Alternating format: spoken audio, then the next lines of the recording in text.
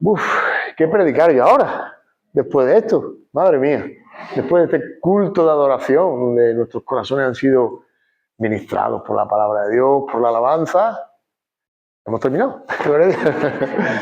Podríamos terminar aquí, sí, ¿no? Pero bueno, también el Señor quiere que tengamos palabra, ¿no? Y me ha dado una palabrita que creo que puede ser interesante, ¿no?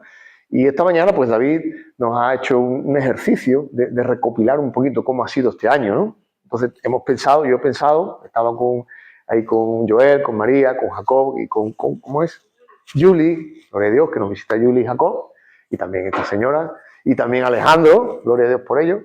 Estaba pensando cómo había sido este año anterior, ¿no? Recopilando un poquito, ¿no? Y la verdad es que te paras a pensar y el grupo que tenemos, que empezó unos cuantos hermanitos que creían en el Señor, que tenían fe y convicción, llegaron, bueno, los pastores ya estaban aquí, pero llegó David y Diana y empezó a formarse un grupo heterogéneo de gente, ¿no? Que jamás yo hubiera pensado que podían estar juntas, pero por causa de la fe, ahora estamos juntos. Llegó también Tati, llegó también Sharon, gloria a Dios por ella, y la verdad es que ha sido un año de milagro, porque el Señor nos tiene aquí como un milagro. Hay personas, estaba hablando, comentando antes, que hay personas de toda procedencia, distintos idiomas, de distintas culturas, e incluso yo diría que casi distintas civilizaciones, pero estamos aquí como una familia en Cristo, ¿no? Y hasta ahora el bagaje ha sido maravilloso, ¿no? Yo creo, yo creo que esto podríamos aplicarlo también al plano de lo personal, ¿no?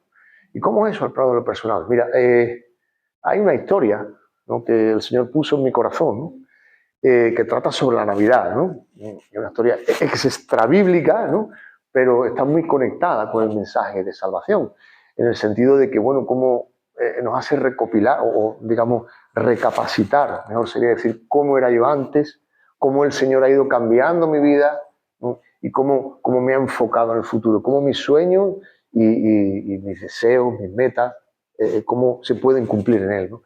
No sé si había escuchado la historia Cuento de Navidad. ¿Había escuchado? Es una historia de Charles Dickens. Bueno, pues en el siglo XIX de la Inglaterra victoriana, no, pues era os pongo un poquito al día, ¿no? Quizás Jacob conozca a Charles Dickens.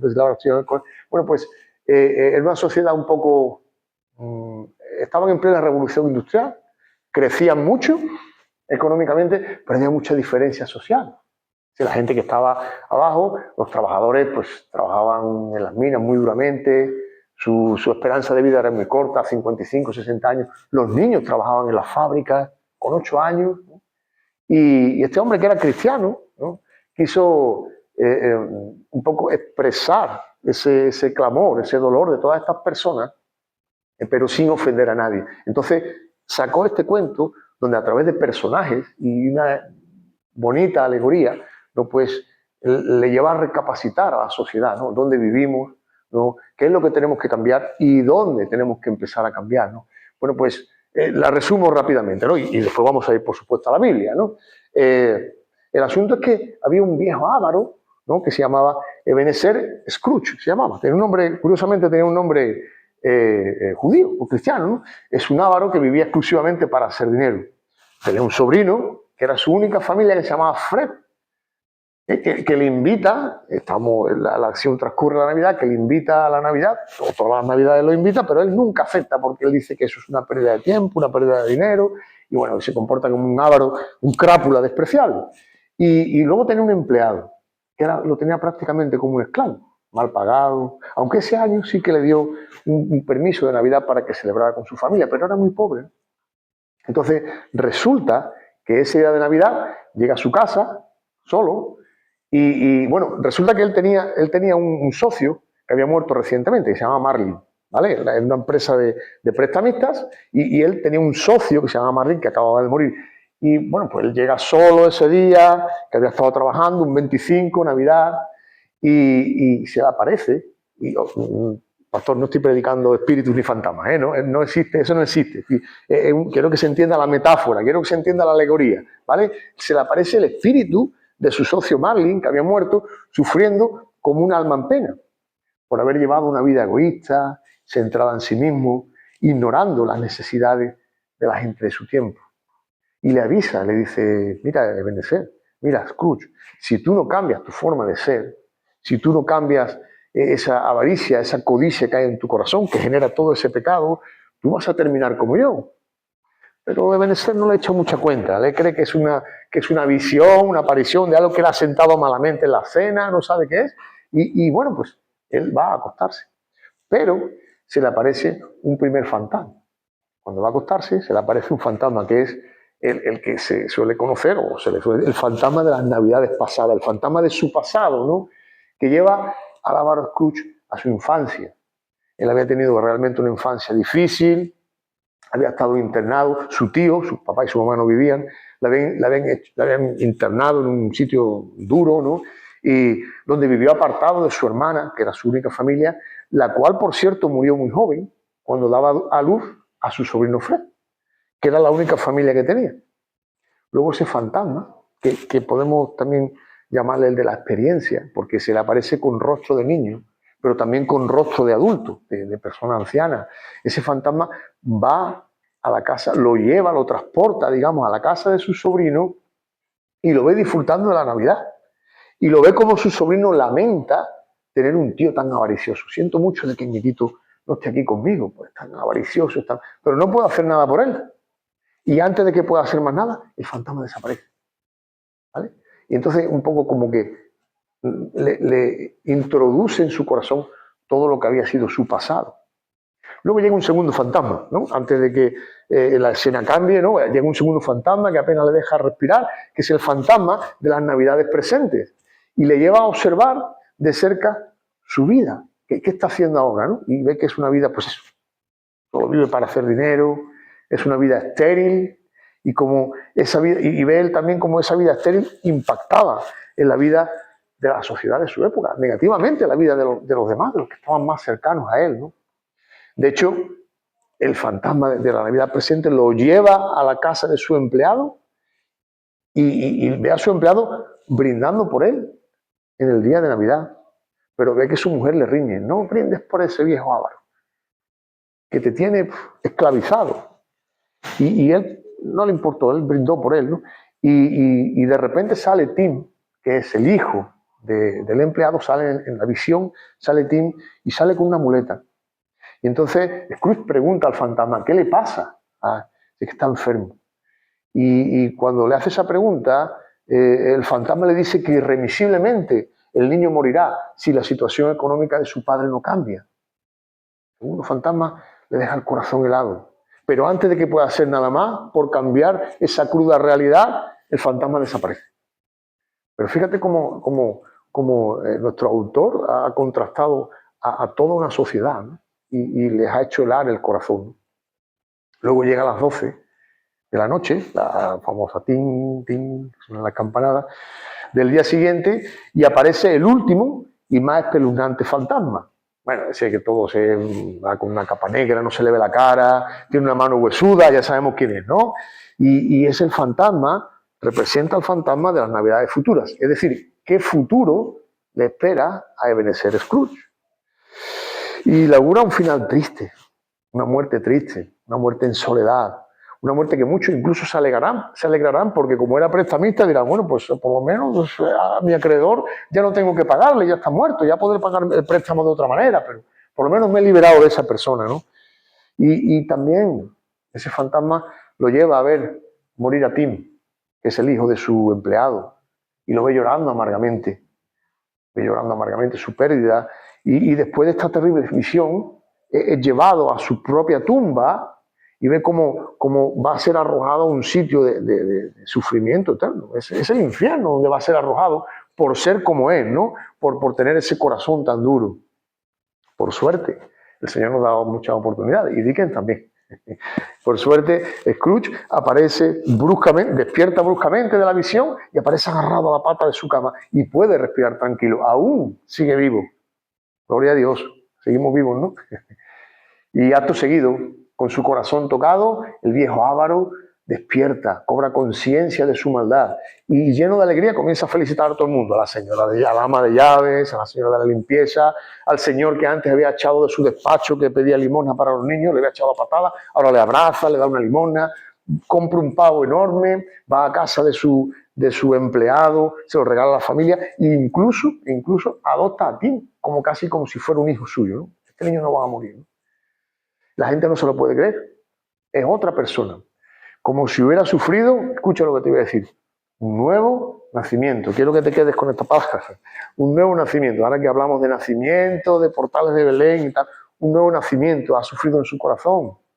Y este es el punto, hermano. La Navidad trata del nacimiento de Jesús, el Mesías, en aquel humilde pesebre de Belén, como dice la Escritura. Mira lo que dice.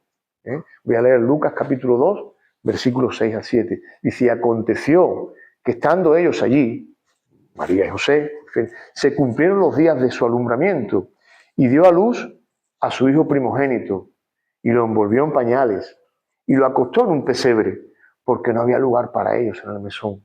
¿Veis? ¿Lo acostó dónde? En un pesebre. Y si lees ese capítulo de la palabra de Dios, lo estuvimos leyendo el otro día en casa con los chicos que llegaron, tú ves que lo acostó en pañales en un pesebre, 3 veces lo menciona.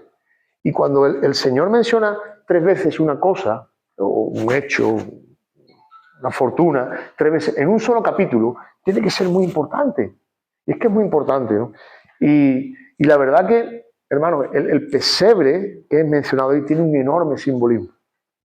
Tiene un enorme simbolismo. El pesebre es el corazón, sucio y lleno de avaricia, carente de afecto de aquel viejo avaro, que se ve representado ahí. Sucio, frío, como un pesebre, hermano, lleno de pajilla, de restos de animales. ¿Quién acostaría a su bebé ahí? ¿No? Ahí está Andrés y Andrea. Andrea, ¿acostaría a vuestro pequeño en un pesebre? Claro que no. Claro, yo por lo menos no lo acostaría en un pesebre, no lo acostaría, ¿no? Y es así. Pero fíjate que el pesebre que simboliza nuestro corazón, sucio y frío por el pecado, a Dios no le importó enviar a su hijo a nacer allí por amor de ti y de los tuyos. A él no le importó, hermano. Esa es la grandeza de Dios, ¿no? Entonces, esta es la idea, ¿no? Un poco que quería, que tenemos que llevar al plano de lo personal para recapitular sobre todo lo que ha sido este año y comenzar el año que viene dando gracias a Dios. Hemos venido, hermano, al mundo en un pesebre o con un pesebre contaminado, lleno de suciedad, de la codicia que genera todos los pecados. Y es así, no lo digo yo. O sea, es que Leo está diciendo que el hombre, sí, es así, porque la palabra de Dios lo dice claro. Y vamos a la Biblia, y si vamos a Eclesiastés, capítulo 7, versículo 29, si queréis no lo busquéis, yo lo leo, tengo aquí apuntado. Está en Eclesiastés, un libro muy curioso, porque está hablando un predicador veterano, está hablando a un sabio joven, ¿no? Y le está un poco diciendo cómo circulan o cómo son las cosas debajo del sol, cómo son las cosas en el mundo natural. Y dice así, mira, dice el experimentado predicador al sabio, solo esto he hallado, que Dios hizo rectos a los hombres, pero ellos buscaron muchas perversiones. Reina Valera del 60. Voy a leer también Efesios, capítulo 4, versículo 18, que habla del mismo tema.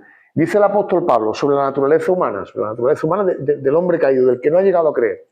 Lo voy a leer en la versión de la Biblia de las Américas, es muy bonita. Dice, entenebrecidos en su entendimiento, excluidos de la vida de Dios por causa de la ignorancia que hay en ellos, por la dureza de su corazón. Hermanos, familia en Cristo, necesitamos que a nuestro pesebre venga a nacer Jesús. Necesitamos que nuestro pesebre venga a nacer Jesús, que traiga conocimiento a la ignorancia, que traiga que enternezca nuestro duro corazón. Yo no sé, hermano, cómo está tu pesebre.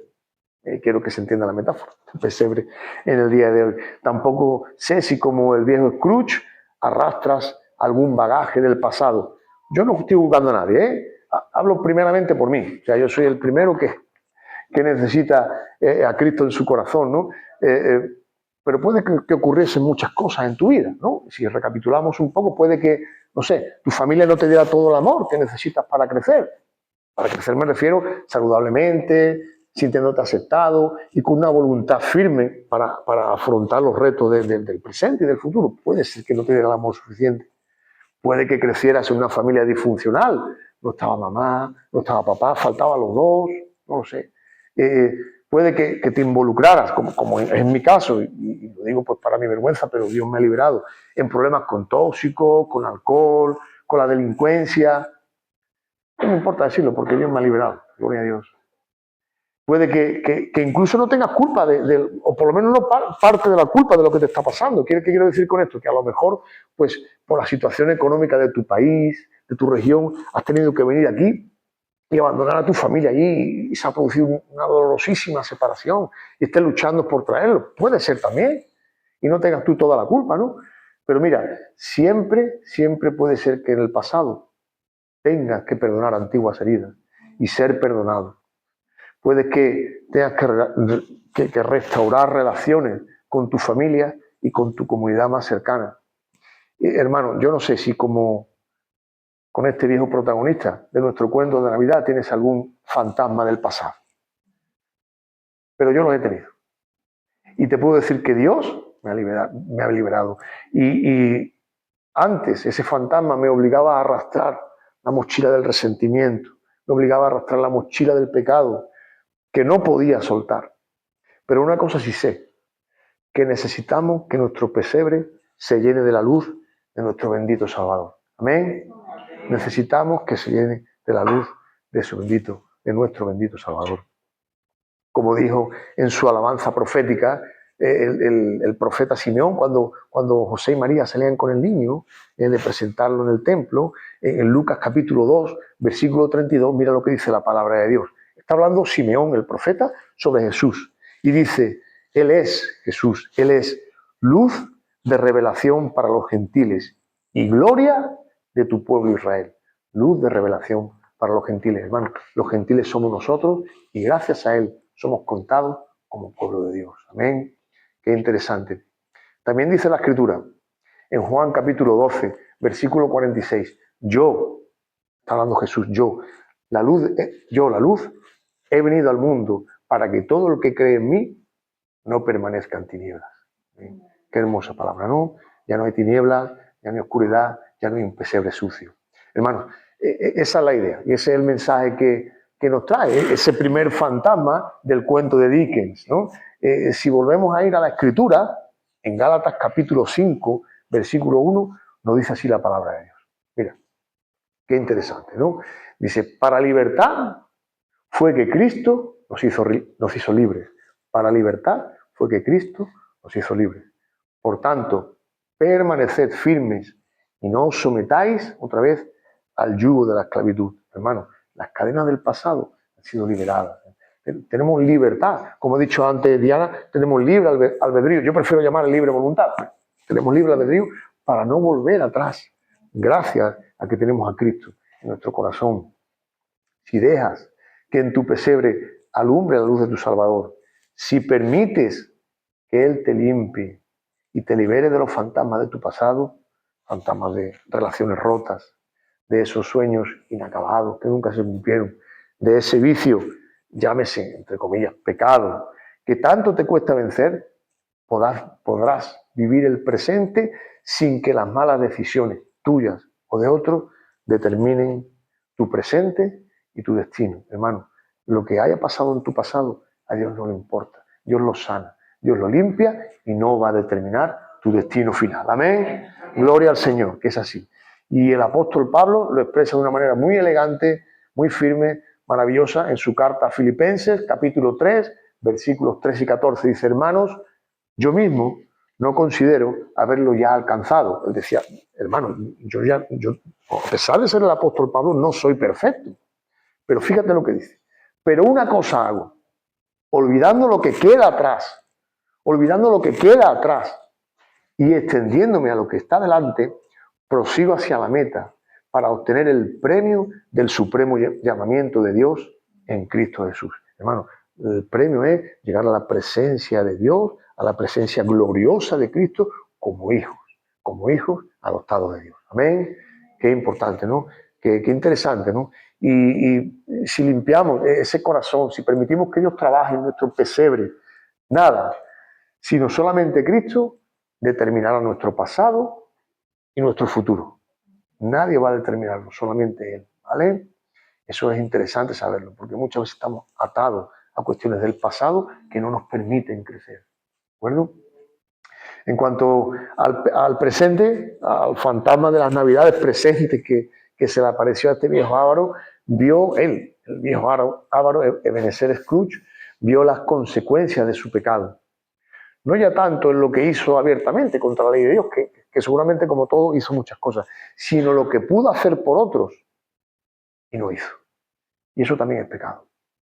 Querido amigo, si en tu presente, hermano en Cristo, si en la actualidad tú has sido verdaderamente transformado, has de saber que el Señor te ha capacitado con tu espíritu, con su espíritu, no solamente para llevar palabra, para dar palabra a otros, ¿no? Y para que, bueno, que el mensaje de las buenas nuevas pueda llegar a los corazones, sino que también te ha dado ojos para ver, para intuir espiritualmente la necesidad de otros. Dice la palabra de Dios que el árbol bueno se conoce por sus frutos. Esto está en Lucas 6. Y que el árbol bueno no puede dar frutos malos. Y que el árbol malo no puede dar frutos buenos. ¿Qué quiere decir eso? Mira, desde el siglo I, desde que se formó la Iglesia, desde la fundación por Cristo, por el Espíritu Santo, fueron sus fundadores de la Iglesia, de este cuerpo de Cristo, como cuerpo de creyentes, funcionamos, vamos a decirlo así, quiero que se me entienda también la metáfora, con dos piernas, ¿no? El cuerpo de Cristo funciona con dos piernas. Una pierna es la que determina la realidad espiritual. Es decir, nos reunimos como familia en Cristo, como hijos adoptados, tenemos adoración, tenemos oración, tenemos predicación de palabra, tenemos evangelismo. Digamos que son los ministerios, todo es espiritual, ¿vale? Pero quiero que se me entienda. Los ministerios, entre comillas, espirituales, ¿vale? Como hijos amados de Dios, pues nos portamos así, nos reunimos para adorarle, ¿no? Pero hay una segunda pierna o columna, ¿no? Que determina la relación con el resto del mundo. Depende de la primera pierna y determina la relación con las otras personas que nos rodean, creyentes y no creyentes, eso da igual. Y la segunda pierna está relacionada con la piedad, con la misericordia. Y como los hijos de Dios, y como hijos de Dios, nos tenemos que relacionar con el resto de la humanidad. Hablo en general, tanto dicho creyentes como no creyentes. Mira, hermano, como miembros de la familia de Cristo, tenemos el compromiso de cuidarnos unos a otros, de suplir en la medida de nuestras posibilidades las necesidades más básicas de otros, empezando por los hermanos de la fe, tal como dice la palabra de Dios. Necesariamente no tiene que ser con dinero. A ver, puede decir, Leo, ¿qué me está diciendo? Es que llevo 2 meses sin trabajar o acabo de llegar, No tiene por qué ser con dinero, pero sí Dios te ha dado ojos para ver la necesidad de otro.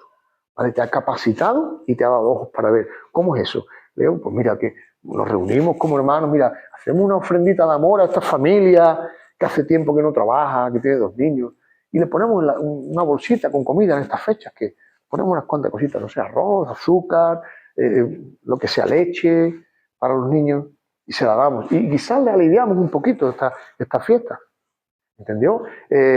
No sé, vamos a visitar al hermano que se encuentra solo, que su familia está muy lejos, y no hace falta a lo mejor que le lleves dinero, pero sí le llevas tu compañía, y vas con algunos hermanos, y cenas con él, y ves una película de cine, no sé, y oras por él, y actúas como familia en Cristo que eres, ¿no? No hace falta que sea dinero, podemos dar muchas cosas que Dios nos da. ¿Entendió lo que pasó? Entonces, quizá la primera descripción que tenemos en la Biblia sobre una comunidad cristiana aparece en el libro de los Hechos, ¿vale? El capítulo 4 quizás sea la primera descripción, no sé si hay alguna otra, yo creo que es la más temprana, y aparece en el libro de los Hechos, capítulo 4, de los versículos 32 y 33. Fíjate lo que habla, fíjate cómo Lucas en su expresión pone claro 2 cosas. Hay un alma espiritual, pero también ese alma espiritual se refleja en lo material, ¿no? Hay 2 piernas. El cuerpo de Cristo camina sobre 2 piernas. Mira qué interesante. Dice así: la congregación de los que creyeron, los creyentes, era de un corazón y de un alma. Qué interesante, de un corazón y de un alma. Y ninguno decía ser suyo lo que poseía, sino que todas las cosas eran de propiedad común. Con gran poder los apóstoles daban testimonio de la resurrección de Jesús y abundante gracia había sobre ellos. Es decir, cumplían el ministerio espiritual de traer a las personas a adorar a Cristo por su palabra, por medio de su palabra, pero también decían que ninguna cosa les faltaba. O sea, vamos a ver, quiero que se entienda el contexto. No estoy diciendo que tengamos que hacer una comunidad de bienes y darlo. No. Estoy diciendo de que ellos tenían ojos para ver, para que ninguno les faltara de nada. Y entendieron en su sabiduría, la sabiduría que Dios le dio, que era necesario hacer una comunidad de bienes para que a los que, porque había mucha diferencia social en Roma en el siglo I, ¿vale? O en Roma, en Jerusalén, y en todas las partes del imperio. Y entendieron que era bueno que todos lo tuvieran en común para que si llegaba alguien que le faltara, no le faltara. ¿Entendió lo que pasó? No es que sea el modelo a seguir, pero el Señor nos trae un patrón de cómo la piedad y la misericordia van de la mano con los ministerios espirituales. ¿Amén? Qué interesante, ¿no? Lo que dice la palabra de Dios. Y hermano en Cristo, hago este llamamiento, ¿no? Si en tu pesebre, en tu corazón, está presente la luz de tu Salvador, si de verdad el amor de Dios reside en él, también estará presente la piedad. No vale solamente venir, hay que venir, hay que alabar a Dios, hay que orar y tal, pero tienes que tener ojos para ver la necesidad de otro. Y alguno puede preguntarle, bueno, pero ¿puedes definirme un poquito mejor qué es eso de la piedad? ¿Qué es eso de la compasión? Pues mira, es la forma en la que el hombre de fe, es decir, el hombre que ha vivido ese nacimiento espiritual en su pesebre, en su corazón, trata a su semejante. Donde hay un nuevo nacimiento, hay preocupación por el otro. Donde el corazón del hombre ha sido transformado realmente, no se pasa por alto la necesidad del hermano. No se pasa por alto. Allí hay obra social. Mira, fijaos, muchos creen que la obra social pues la hemos inventado nosotros, los cristianos en el siglo XIX, en el siglo XX.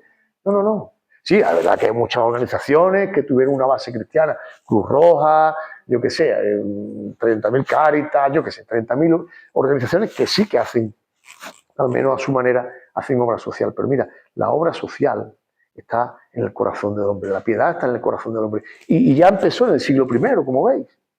Donde hay iglesia, hay obra social. Querido hermano y amigo, como el viejo Ávaro de nuestra historia, que no te sorprenda tu presente atesorando todas las riquezas. Y no me refiero solo al dinero, y todos los beneficios, y todas las bendiciones que Dios te da de gracia, viviendo exclusivamente para tu estómago de manera egoísta. Ten ojos para ver. Ten ojos para ver. La Biblia nos enseña que la iglesia es un cuerpo, y si alguien se duele o padece de algo, debemos de aprender a padecer con él. Mira, hay un ejemplo muy práctico de esto que estoy hablando, en el presente. Estoy hablando de cómo debiéramos actuar si verdaderamente la luz del mundo está en nuestro corazón. En Santiago, en la carta de Santiago, que es una carta universal, pero está muy bien, en el capítulo 2, versículo del 15 al 17, dice así, mira con qué sencillez y de qué manera tan sencilla Santiago lo explica. Si un hermano o hermana no tiene ropa y carecen de sustento diario, y uno de vosotros le dice, id en paz, calentaos y saciaos, pero no le dais lo necesario para el cuerpo, ¿de qué sirve? Así también la fe por sí misma, si no tiene obras, está como está, muerta, está muerta, ¿no? Así que el hombre de fe sabe cómo tiene que actuar. Y nosotros estamos vivos, hermanos. En nuestro pesebre vino a morar el Rey de los cielos. Amén. Vino a morar el Rey de los cielos. Y nuestro Señor, Él, el Rey de los cielos, nos ha ayudado a vencer el fantasma de nuestro pasado, que venía con una maleta llena de relaciones rotas y de pecado. Nos ha capacitado con su espíritu a amar al prójimo con compasión y limpieza de corazón. Y solo nos queda esperar a su regreso, el regreso de Cristo. Y es ahí donde afrontamos el fantasma de las Navidades futuras, que también hay. Pero para nosotros no hay ningún fantasma, hermano. Cuando Cristo regrese, ¿no? Él compartirá, según la palabra de Dios, y yo le creo, su gloria, toda su gloria y sus bendiciones con nosotros, su pueblo. Pero esto será en un futuro cercano. ¿Saben? En su última aparición, el señor Scrooge despertó angustiado y agarrado a la pata de su cama. Imagínate el futuro que le esperaba. ¿Qué vería él? ¿No? Ese era el fantasma de las navidades futuras, ¿no? Y él despertó angustiado y agarrado a la pata de su cama, ¿no? ¿Qué vería, ¿no? Pero hermano, nosotros hemos sido despertados al pecado, hemos sido despertados a la palabra de Dios a través de ese nuevo nacimiento en nuestro corazón y hemos sido despertados para un futuro glorioso, hermano, un futuro glorioso en Cristo. Dice la palabra de Dios que un futuro que ojo no vio, ni oído oyó, ni ha subido al corazón del hombre. Lo que tiene mi Padre preparado para los que le aman. Y eso es para nosotros, hermano, no hay ningún fantasma. Ni en el pasado, ni en el presente, ni en el futuro. Lo único que nos espera, un futuro glorioso, habitando en Sion con nuestro Padre Celestial. Amén. En tu portal de Belén, en tu corazón, ahora mora la eterna luz del Evangelio de Salvación. Eso es eterno, eso no te lo puede quitar nadie. Todos nuestros fantasmas del pasado han sido ahuyentados y a pesar de las pruebas y dificultades del mundo, podemos esperar con confianza, pacientemente, la venida del Señor. El otro día le comentaba, creo que fue a Cristian, ¿no? Le comenté, me encanta el versículo, el Salmo 40, porque dice, pacientemente, dice David, pacientemente esperé en Jehová. Y él se acercó a mí y oyó mi clamor. ¿Vale? Él, al igual que nosotros esperamos pacientemente su regreso, Él espera pacientemente que nosotros lleguemos a Él, ¿no? Así, bueno, sabéis, ¿no? Es muy típico, ¿no? Leer Apocalipsis, los capítulos 21 y 22, ¿no? Cuando la Jerusalén celestial desciende del cielo, ¿no?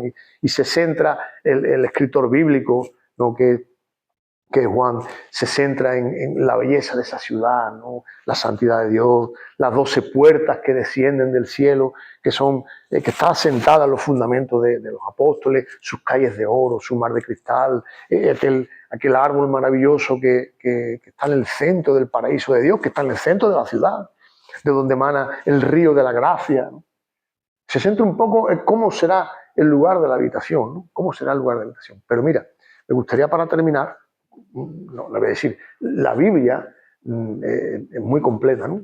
Y si en los capítulos finales se centra en la ciudad celestial, donde va a residir el ciudadano de los cielos, que somos nosotros, somos su iglesia, en Isaías capítulo 66, versículos del 10 al 13, la palabra de Dios, la Biblia se centra en cómo serán los cuidados del Señor para los que entren en esa ciudad. Y es un capítulo, es un texto, una porción maravillosa. Me gustaría leerla para terminar, ¿vale? Y ya terminamos.